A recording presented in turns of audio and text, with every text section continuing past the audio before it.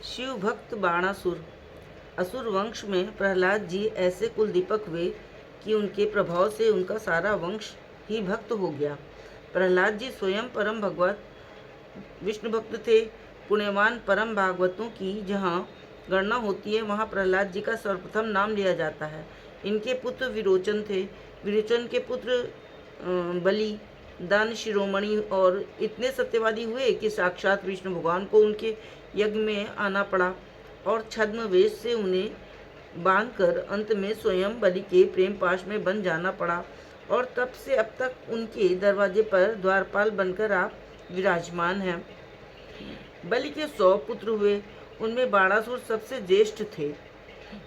इन्होंने हिमालय प्रांत में केदारनाथ जी के पास शोणितपुर को अपनी राजधानी बनाया। ये बड़े मान्य, उदार, बुद्धिमान, सत्य प्रतीक और परम शिव भक्त थे। इनके 1000 हाथ थे। ये हजारों वर्षों तक शिव जी की आराधना करते रहे। जब तांडव नृत्य के समय शंकर जी लय के साथ नाचते तब ये 1000 हाथों से बाजे बजाते। इनकी सेवा में भूतनाथ भवानीपति परम प्रसन्न हुए। उन्होंने इन्हें वरदान मांगने को कहा। इन्होंने प्रार्थना की, प्रभु मुझे तो आपकी कृपा चाहिए। जैसे विष्णु भगवान मेरे पिताजी के यहाँ सदा विराजमान रहकर उनकी पुरी की रक्षा करते हैं, उसी प्रकार आप भी मेरी राजधानी के निकट सदा निवास करें और मेरी रक्षा करते रहें। आशुतोष भगवान ने कहा, अच्छी बात है, ऐसा ही होगा। यह कहकर शंकर जी वहाँ रहने लगे। अधिक बल, विद्या, धन, वैभव आदि पाकर अभिमान का होना स्वाभाविक है, किंतु जिनके कोई इष्ट हैं, जो भक्त हैं, उनके अभिमान रूपी रोग को कल्याणकारी श्री इष्टदेव शीघ्र ही नष्ट कर देते हैं। इसी प्रकार बाणासुर को भी अपने बल का और 1000 भुजाओं का अभिमान हो गया था।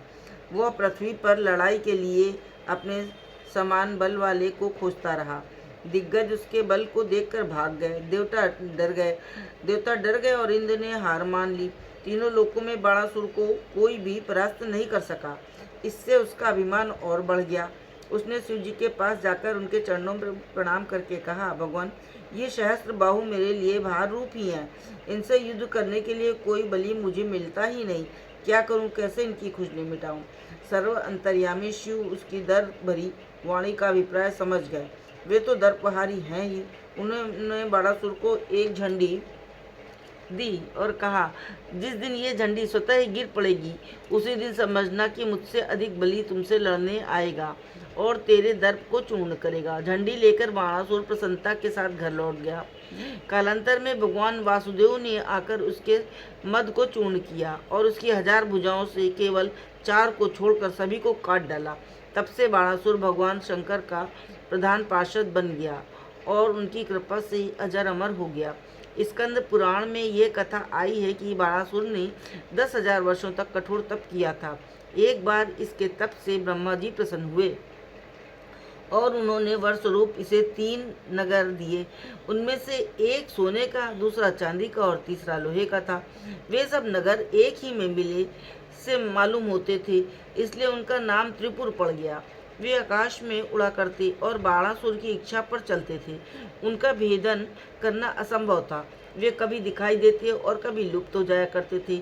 जहाँ वे नगर गिरते वहाँ का स्थान चौपट हो जाता और मनुष्य, पशु, पक्षी आदि सभी जीव दबकर मर जाते।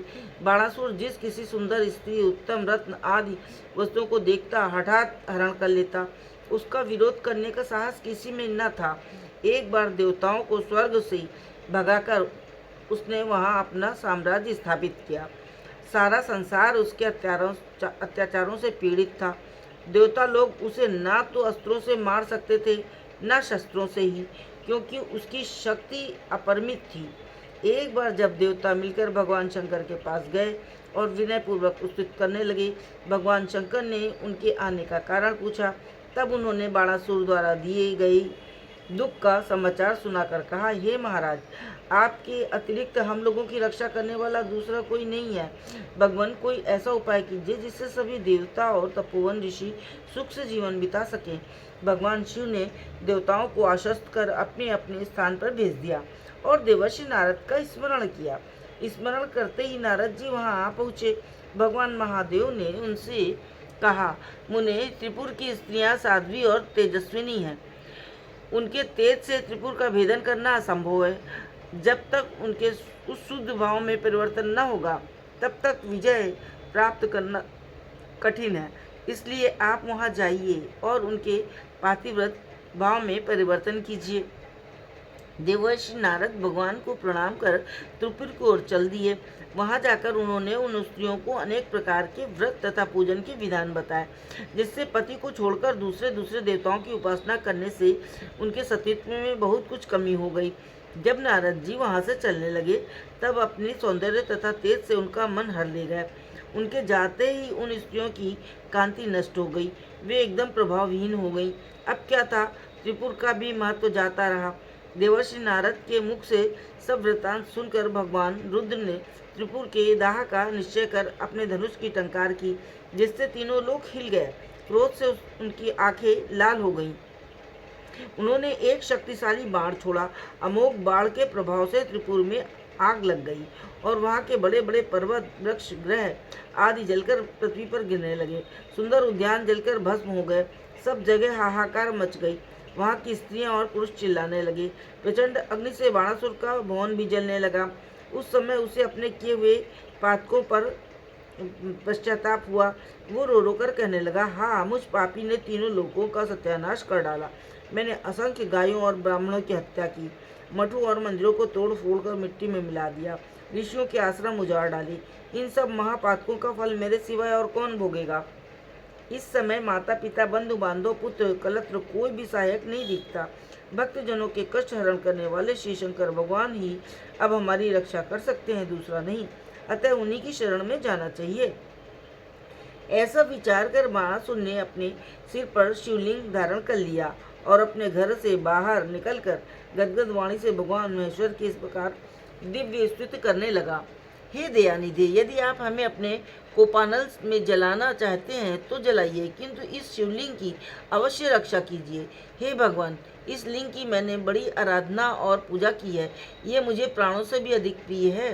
हे महेश्वर, यदि आप मेरा वध ही करना चाहते हैं तो इतना वर अवश्य दीजिए कि प्रत्येक जन्म में मुझे आपकी भक्ति प्राप्त हो। मुझे चाहे पशु की योन मिले, चाहे पक्षी होना पड़े, चाहे पतंगों का सहवास करना हो, परंतु आप में मेरी अचल भक्ति बनी रहे। बाणासुर की स्तुति सुनकर शिव जी बहुत प्रसन्न हुए और कहने लगे, हे दानवेंद्र, तुम डरो मत। अब तुम्हें किसी का भय नहीं है। तुम्हारी इच्छा हो तो तुम मेरे लोक में रहो अथवा अपने पुत्र, पौत्र, प्रपौत्र तथा बंधुओं के साथ संसारिक सुखों का उपभोग करो। ऐसा वर देकर महादेव जी ने उस अग्नि को रोक दिया और बाणासुर अनन्य मन से भगवान शंकर की उपासना में लग गया।